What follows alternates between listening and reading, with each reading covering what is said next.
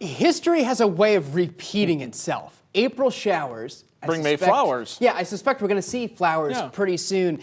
And the Walleye with a convincing lead on Indy. Welcome into Sports Nightly. I'm Joel Sebastianelli, alongside me, Mark Coots. April 25th, Brandon Hawkins' birthday, the Walleye leading scorer, and you'd nothing like better for a birthday present than a 3-0 lead in the best-of-7 series against the Indy Fuel. As the Walleye hit the road for the first time in the postseason, the Walleye fans making the trek to Indy. Toledo's had plenty of success in that building. Fish weather the early onslaught midway through the first. Kirilov to tie up on the breakaway, but Mitchell Weeks turns him aside for the first time in the series, a scoreless first period.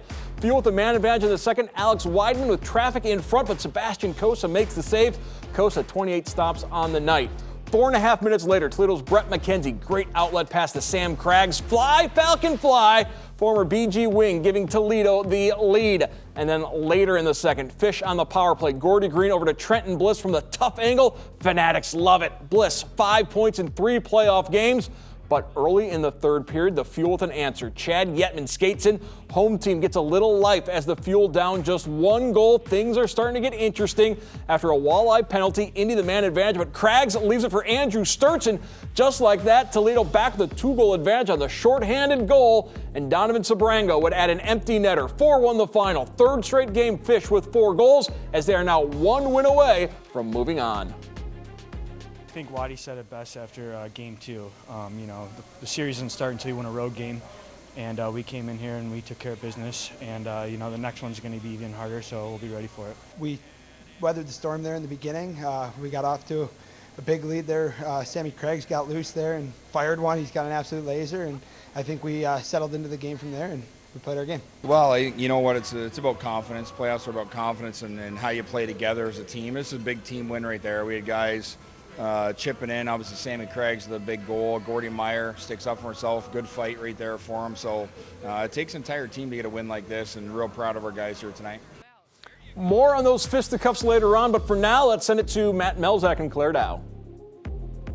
All right, thank you. Back here at Indiana Farmers Coliseum, Claire, Toledo goes up 3-0 again. It feels like a broken record, but they got it done again with the special teams. I mean, what more could you ask for? It was a little concerning's too strong of a word, but in the first period, Toledo had about 1:10 of 5-on-3, didn't find the back of the net, and so you felt, man, Indy made some adjustments, and they absolutely did. But the fact that Toledo followed up with a power play goal and a shorthanded goal, I think you'd take that 10 out of 10 days. Yeah, no question about it. Special teams leading the way, +2 tonight. And when this game was in crunch time, Toledo was up by 2.